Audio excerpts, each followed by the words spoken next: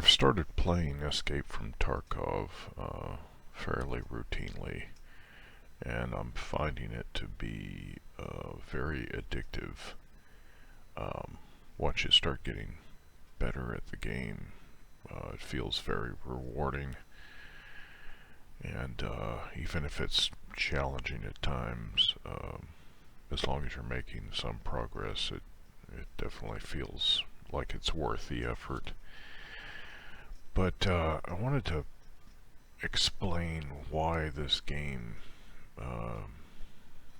is so addictive, or at least my theory on it.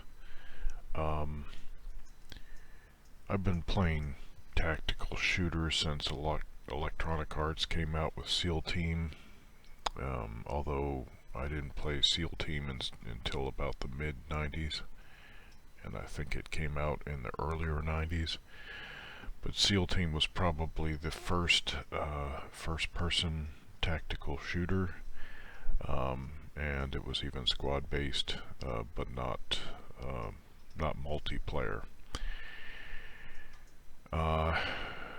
One difference being that the aiming was done with a joystick, and you actually locked on to targets, and the game would calculate whether you hit or not when you shot. So, but that's not too far off from what Rainbow Six One on the PC would be with auto aiming. So we can't fault it too much, given that mouse and keyboard wasn't as common back then when the game came out. But so many elements to a more full-featured tactical first-person shooter were in Electronic Arts SEAL Team. Now, these two games, SEAL Team and Rainbow Six One, they made you apprehensive or reluctant to or anxious about dying by I think killing off an operator in career or story mode, or in campaign mode was another thing we called it. So there was some avoidance of danger happening in that game because you didn't want to lose operators. You wanted to keep them for the rest of the story. And then in time, after Rogue Spear and after the sequel to Rainbow Six One and after Raven Shield, after SWAT 3 and after SWAT 4, then things started getting really, and kind of with the introduction maybe of the classic Xbox, but definitely with the introduction of the Xbox 360, games started, or tactical first-person shooters started getting a lot more gamey. So you had like Call of Duty experiences, whereas the original Call of Duty 1 on the PC was a pretty darn tactical game, but it was still kind of like a linear action shooter, but the AI was really good, I'll give it that, and or it seemed good.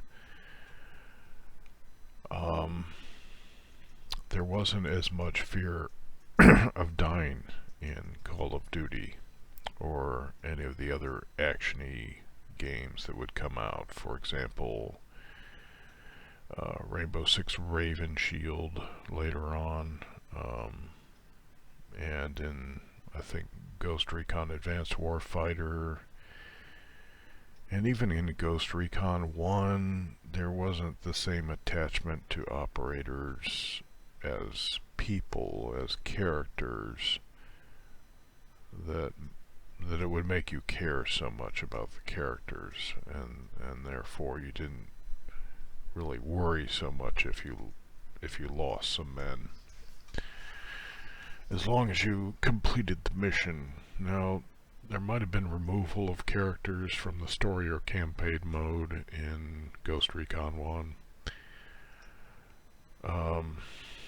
I don't remember, but the trend was towards less fear of dying. It just became like a shoot, die, respawn, shoot, die, respawn cycle.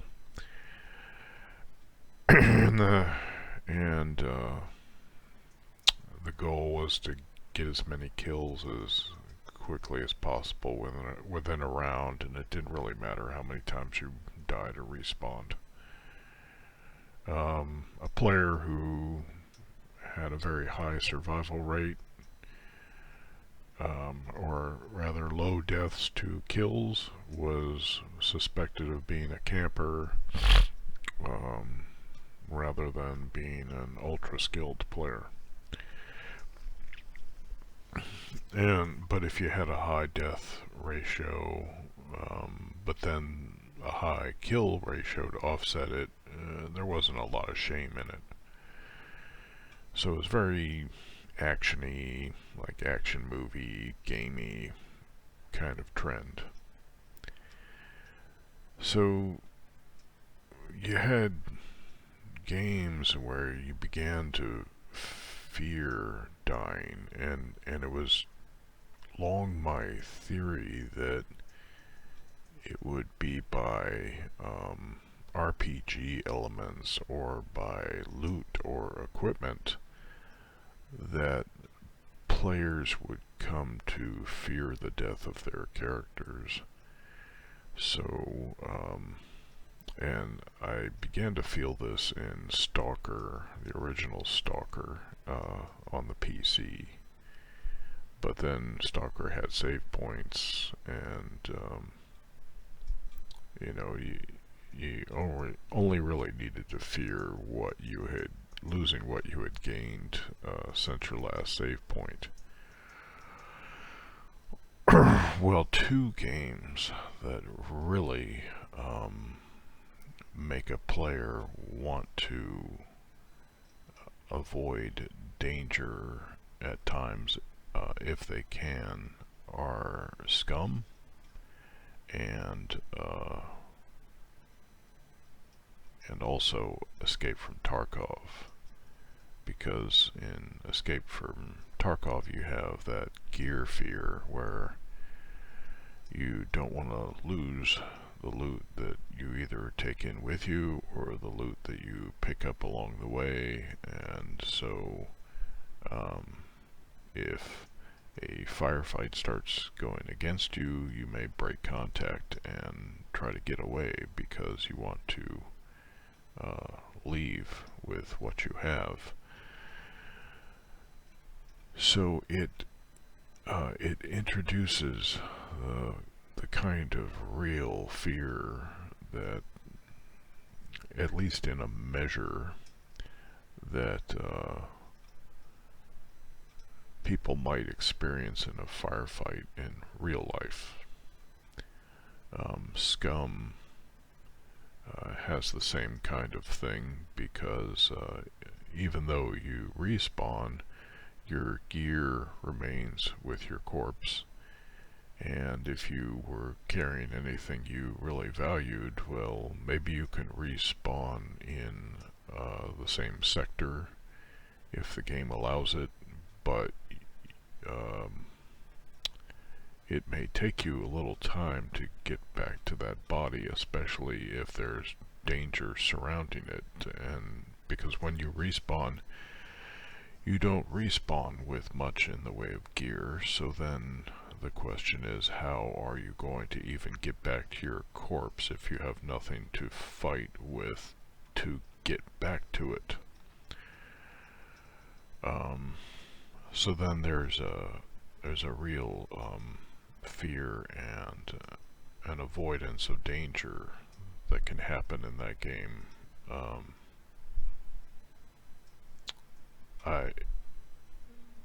There were players that I scared into fleeing, and then there were times when I was scared of an encounter and fled.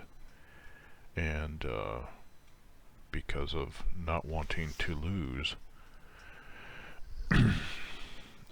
what I had or any of my progress.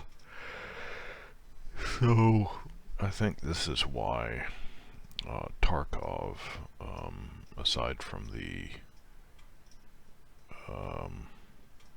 I think the weapon customization could be another factor in what makes Tarkov so addictive, but it's the fear of losing your gains that makes you flee firefights if they're going against you in this game, and I think that's what makes it more addictive.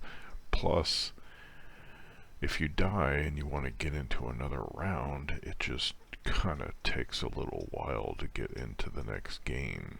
It's not something where you can immediately just boot up another round like in some other games. You're going to have to wait a little bit. So there's definitely a desire to make the most of your situation in Escape from Tarkov. So that's why I think this game is addictive, and why I think I'm enjoying it so much now that I'm getting a little better at it. I had tried the game once before, but the biggest challenge in the game is knowing where the extracts are. So, so the way I